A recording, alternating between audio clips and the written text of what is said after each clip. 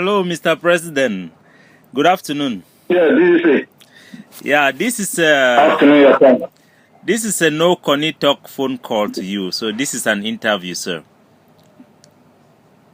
All right. As you know very well, this No Kunny talk is designed for our grassroots people, the 99% of our people. So expect nothing but No Kunny talk.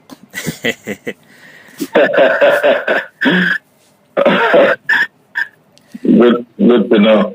So, Mr. President, for the Ambazonia Governing Council, would I get message say the Secretary General for the United States of America, Antony Blinken, he done release some statement where he talks America don't make policy.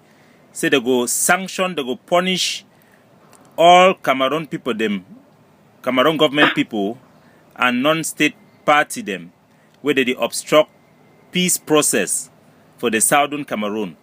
I know the press secretary of your office have released an official statement, but we want to get your reaction unscripted, and I hope you would give us your unscripted reaction to that statement.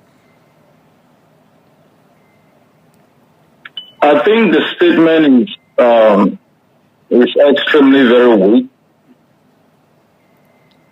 You have a background noise. Do you hear me? Yes, sir. The statement is very weak when you consider what is going on in Ambazonia. Our people are facing an existential threat from La République of Cameroon. That threat manifests itself in the form of persistent massacre of our population, summary execution, and an outright genocide. And you do not react to a genocidal campaign by the government by imposing visa restrictions. I think you need to change your system. It's there's a lot of background noise. Okay. You need to take it all over. There's a lot of echo.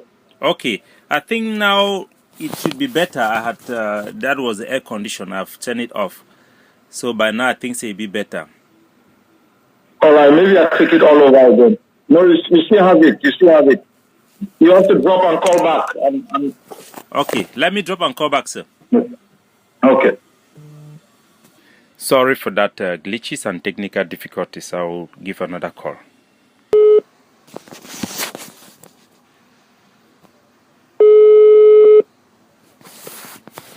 Hello? Yes, Mr. President. I hope the echo issue is gone now. Let me check it.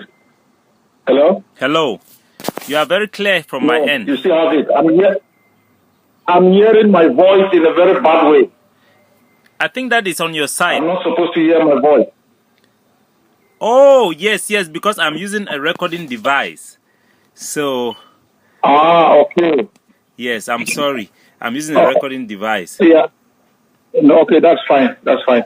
Yeah, so... I don't hear it anymore, so I'm not sure. Okay. Yeah. So, would I hear American government, their Secretary of State, the Secretary General, he done release a statement calling say they go impose visa restriction for the Cameroon government for the obstacle where they depose them for the resolving of this problem for Southern Cameroon. I want to get your initial reaction on scripted, even though we don't get the release of the statement of the secretary, your press secretary, Mr. Lucas Asu. Go ahead, sir. Thanks a lot, Mr. BBC, for asking that question. I know my reactions are always somehow extreme, but it is based on the reality of the situation that we faced. 60 years of brutal occupation, economic destruction, political assassination. I mean, 60 years of state violence on our people. And in the past 4.5 years, systematic rape as state policy, burning down of more than 600 villages, assassination of our old mothers, our fathers, our children, more than 120 massacres, 4 million people affected, schools being used as barracks, extortion, kidnapping, rendition of people captured in foreign countries, put to impartial trials, detained incommunicado, subjected to inhumanity in jails. When the people are treated to this level, you do not expect the vanguard of the international system, the vanguard of the core principle of democracy, the respect of human rights and the right to self-determination, to react by imposing, visa restrictions. The crimes being committed against our people requires international action. That sends a powerful message to Cameroon that its actions within Ambazonia are unacceptable, that our people have a right to self-determination, to exist, to life, and to dignity. When I find the State Department's reaction 4 years into this brutal war, a cosmetic reaction to the Venezuela situation. And especially with the death of an American, a pastor who is a humanitarian actor as well, Pastor Wesco, we would have expected something better. We would expect America would react better, given that an American citizen was killed, and the American government. Let me talk about something here. When you look at the BR regime, the principal culprit in the genocidal campaign in our country is BR. BR is more than 90 years of age. The United States is not an old people's home. The United States is not a mortuary where Mr. BR will want to travel to the United States, to spend time in an old people's home or to be buried. The average age of members of the BR regime, those particularly responsible for the genocide in Ambazonia, is more than 70 years of age. What the hell do they want to do in the United States of America? And what puzzles me is, in 2001, when the World Trade Center was bombed by Osama bin Laden, killing 3,000 Americans, the United States did not respond by imposing visa restrictions on the terrorists. Iraq was taken out. Afghanistan was bombed down. The reaction on the genocide in Ambazonia has to be strong, not only because people are systematically being killed, but because after Rwanda, the world came together and made it absolutely clear they will never sit by and allow a tyranny subject a people to a genocidal campaign. And I am very disappointed that the United States and others have not reacted firmly against a tyranny that has been in power for 60 years and used violence as a state policy to hang on to power.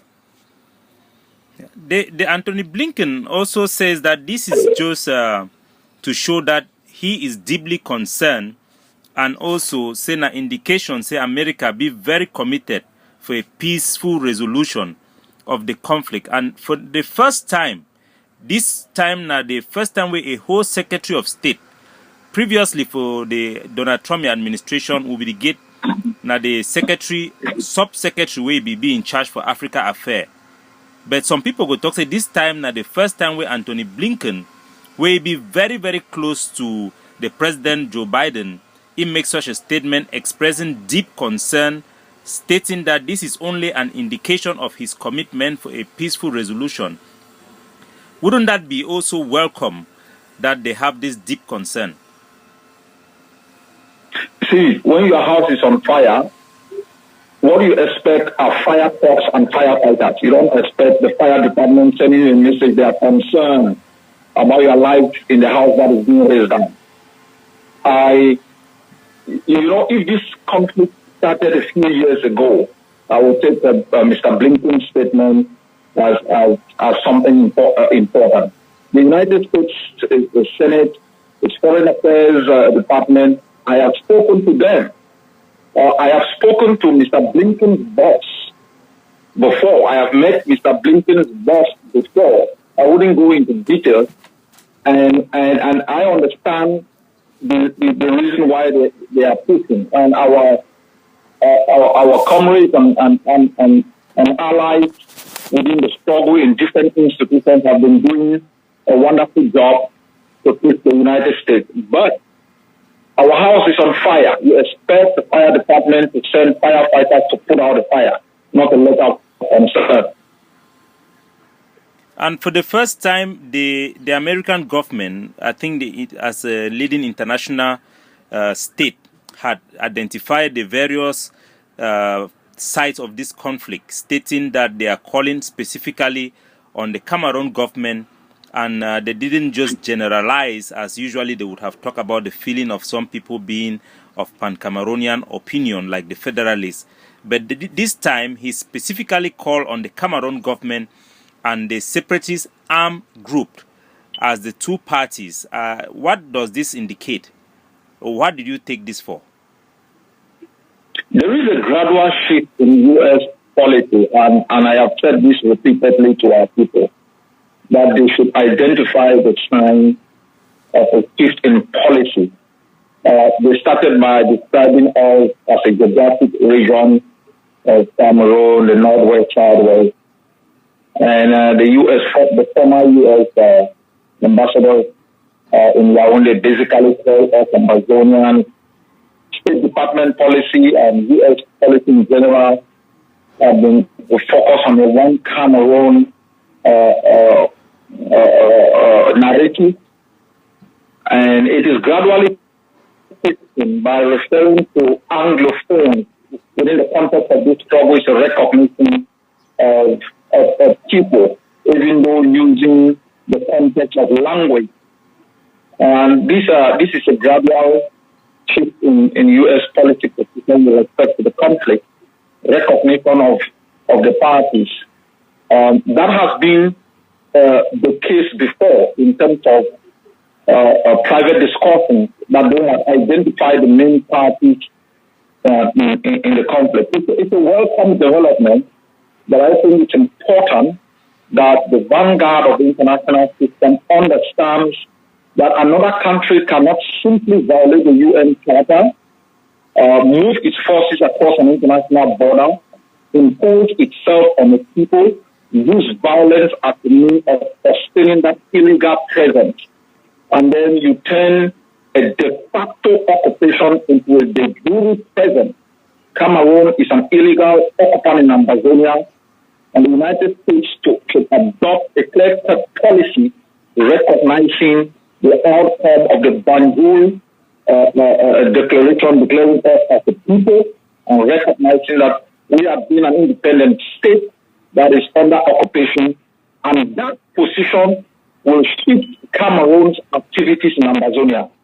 The continuous playing with words, the continuous attempts to play platitude with Cameroon is giving Cameroon the impression that Cameroon is one, and so they can use state authority, to carry out actions within Ambazonia to keep Ambazonia. Hello. I think I lost you for a while. Yes, like for a couple of seconds. Yeah, my concluding statement was that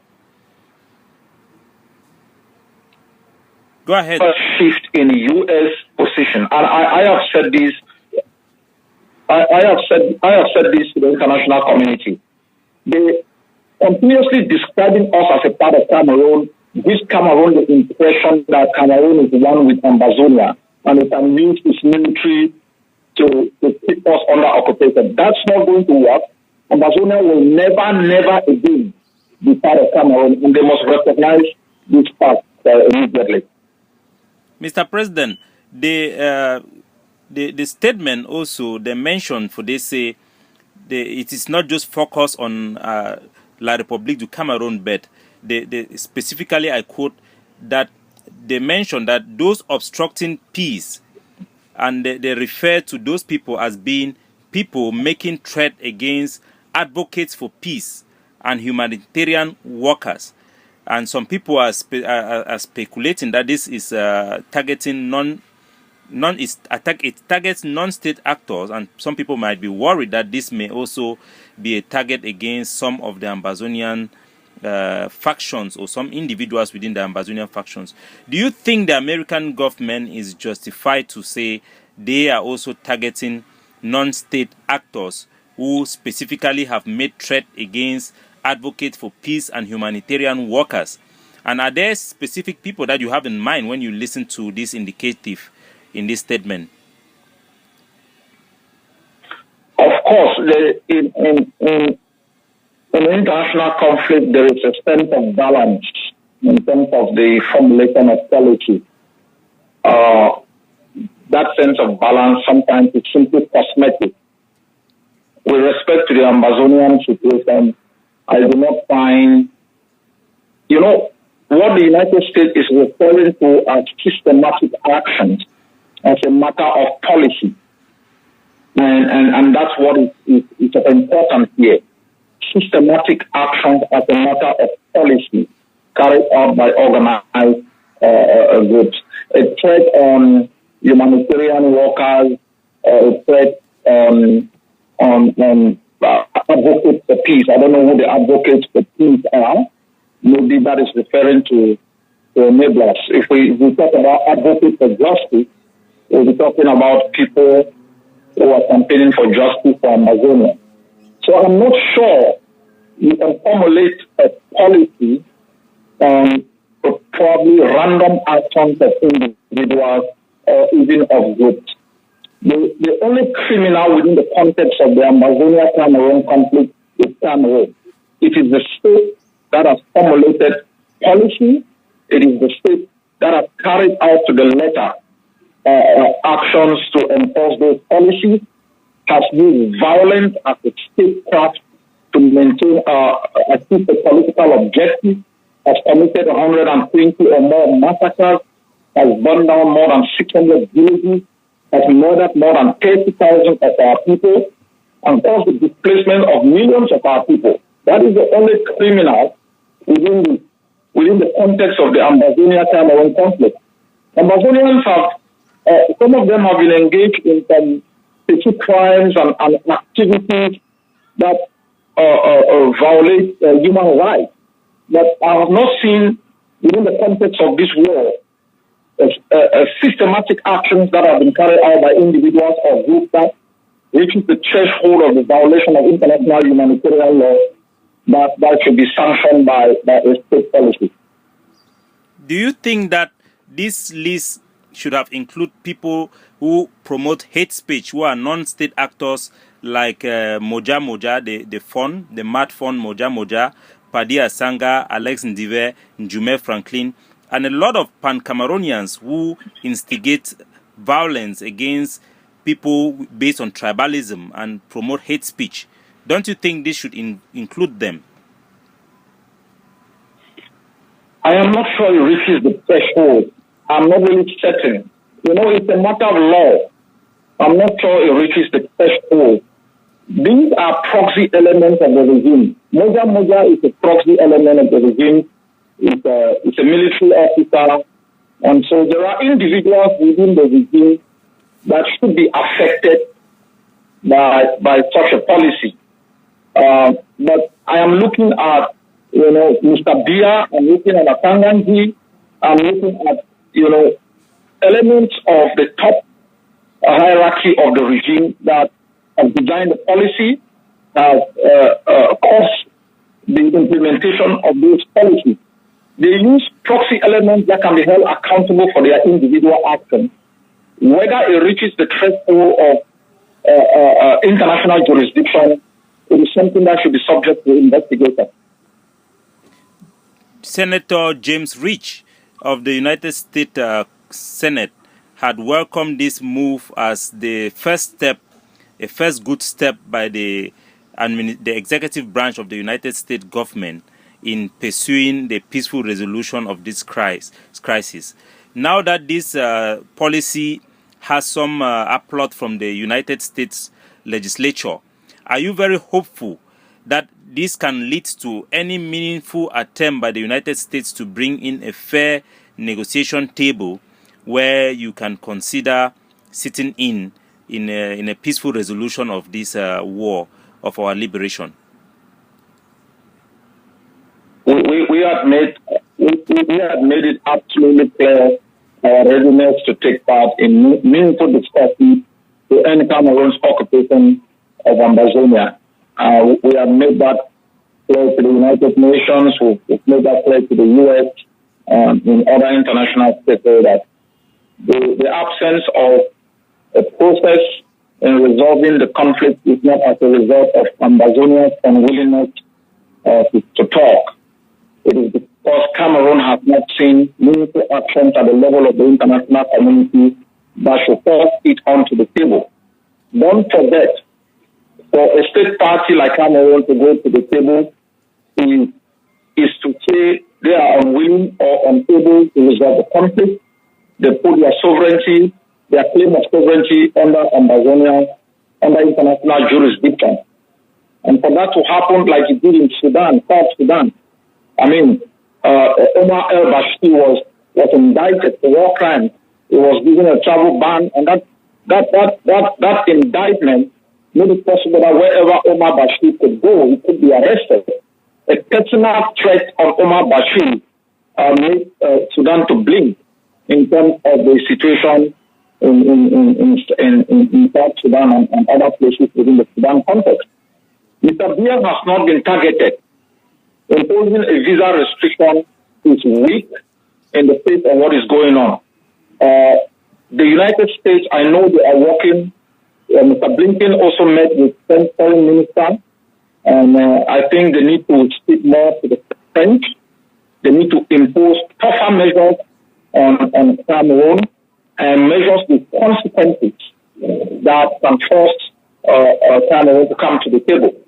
But without specifically targeting Mr. Biya, there is no incentive for him to come to the table. Mr. Biya has shown himself in the past 45 years that he's been in power, and when he was prime minister to be president, that he is not worried by IMF sanctions, denial of loans. He's not worried by World Bank sanctions. He's not worried by threat of state sanctions, suspension of military cooperation.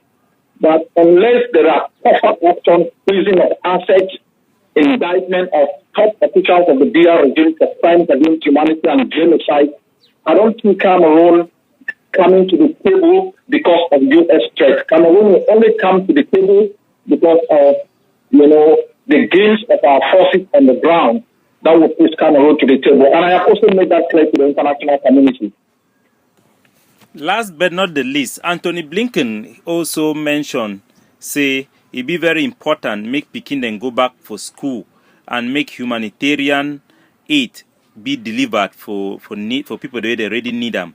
So you think, say, the Ambazonia Governing Council, they take enough measure in their policy for open up community school, encourage other parties to open community school, and working with the religious mission schools to adapt into community schools? You think we have done enough for the international community not to worry about our posture in rejecting institutions of Cameroon, including their educational institutions like government schools in Ambazonia?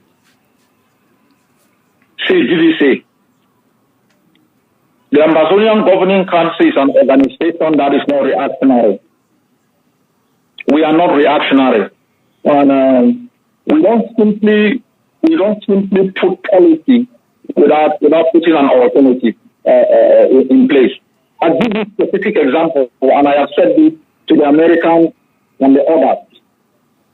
When we said there will be no school under Cameroon curriculum of education in Ambazonia, we were clear with that particular policy.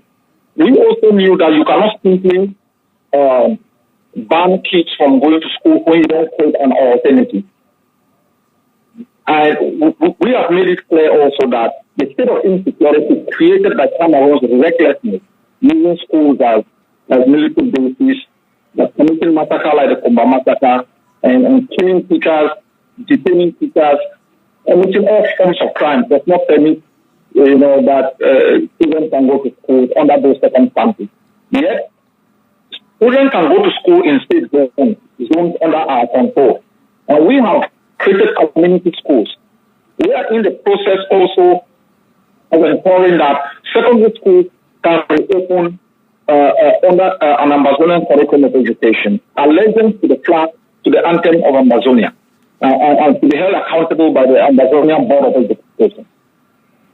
Secondly, I have discussed with the international community that in the context of discussion with Yaoundé, there is a possibility that there is a compromise that can be sought, that areas under Cameroon's control, schools could open within those areas and function within the context of Cameroon's curriculum of education. If Cameroon guarantees that within areas of our control, it will not attack schools running under Ambazonian curriculum of education. These are issues that can be discussed within the context of this. Because when people hear of negotiation, they only think of negotiating Cameroon withdrawal from Ambazonia. Within negotiations, you negotiate access to IDPs, access to vulnerable people, you negotiate access to different things. The Cameroon has refused to engage in discussions, that can lead to such understanding that would permit schools within areas we control and within areas that they control to function on an agreed premise. I have discussed this with the international community. So it's not our fault. Secondly, we have also asked the international community to support us in terms of the schools that we have opened. You have just seen a video that is out of our children in classrooms. We have an ACN which we want to create, a system within the ACN that can educate our children. So we have done our best. We need international support in terms of strengthening the efforts that we have made thus far in community schools. In terms of humanitarian aspects, the Ambazonian Governing Council has been applauded from the highest authority of our effort within Ambazonia to ensure access to humanitarian organizations, even securing the release of humanitarian workers that were arrested by forces not under, the control of the Ambazonian Governing Council. So we have acted in good faith. We have given them access, even under questionable circumstances. And we continuously work with them, and there is cooperation at the level of the Human Rights and Humanitarian Department of the AGOC. Do you think the United States should have mentioned the suspension or the banning of the Médecins Sans Frontières in Bamenda by the colonial governor, as well as the refusal of access to Human Rights Watch into our territory and freelance journalists whose application to access our territory have been repeatedly rejected by Cameroon? Do you think they should have been called out on this specifically? With respect to the policy statement that was sent out by the Foreign Secretary, that is the framework of the policy. Normally, they put out the framework of the policy. The details is left, subject to agreement by specialists within the State Department. For example, the names of those that visa restriction will be imposed. It's to be compiled. Sometimes we may never know which particular persons have been imposed the visa restrictions. You will probably know personally when you apply for US visa and you are told. Normally, they don't publish those things. Secondly, I think the United States should have been very vocal with respect to the banning of the Médecins Sans Frontières, even before sending out the policy framework. It's unacceptable that our international humanitarian body is denied access because within the conflict, it treats fighters from our forces. So there are several things that I think have been considered before the United States reached this conclusion of putting out this policy framework. And I'm definitely very sure that Cameroon's actions on the Mediterranean frontier and other actions that have been carried out in Ambazonia, are included. Mr. President, thank you very much. Will you want to give a word for our population who for the past 4 years have been consistently every Monday through the peaceful demonstration of the ghost town make their voice heard in the midst of this liberation war that they want absolute separation and outright independence for our territory? Definitely, I salute our people. I don't have words to describe their perseverance. When you look at how our people have suffered, the economic deprivation, the political exclusion, the constant threat on their lives, and that for 4 years, they've maintained their resolute stand and their desire to be free with the Monday country Sunday is something that only history will write and find the right words to describe what they are doing. I salute them all, and I appeal to them to continuously believe in Ambazonia. There are mistakes that constantly happen, but they should understand that this is war. They should be patient with leadership. The U.S. statement is also a sign to our people that we are making progress. Though I disagree with the extent of the statement, but to find the U.S. Foreign Secretary come out in less than a few months, made public statements and issue out a policy to show our people that our resistance is no longer a localized issue, it's an international issue. And we must double our efforts. We must double our efforts in the armed resistance against Cameroon. Once we strengthen the ground, we continuously reject and show at the world every Monday that we want to get out from these 60 years of pain and suffering, arrogance, abuse. They will take us serious. There is a shift. The struggle is internationalized, and in a very short period of time, Cameroon is going to collapse economically, and our people will gain their freedom. It will be a new dawn for Ambazonia. And the kind of nation we want to be will be an example for all Africans. True independence, economic independence. We will not sell out our economic potential, economic growth to international investors who believe only in profit. We design an economic system that taps into our human and natural resources to give our people a standard of living that is commensurate to their hard work. We will design a political system that takes into consideration our socio-economic and cultural realities, that power is close to the people. We will not design a political system that, can be coupled, that responds to international systems, that has no reality with the tradition of our country. Ambazonia will truly be independent. And I pray that our people remain vigilant, be patient, reject those who continuously fan hate, chaos within the context of the Ambazonian struggle. Thank you very much, Mr. President, for taking your time to talk to me. Thank you very much, sir. Thanks a lot for your service, sir. That was Dr. Cho Ayaba, the Executive President of the Ambazonian Governing Council. Today is the 9th day, Wednesday, of the month of June 2021. My name is Capo Daniel, Science Pass King, the Deputy Defense Chief, the anti-kidnapping czar of the Ambazonian Defense Forces. God bless you. Bye-bye.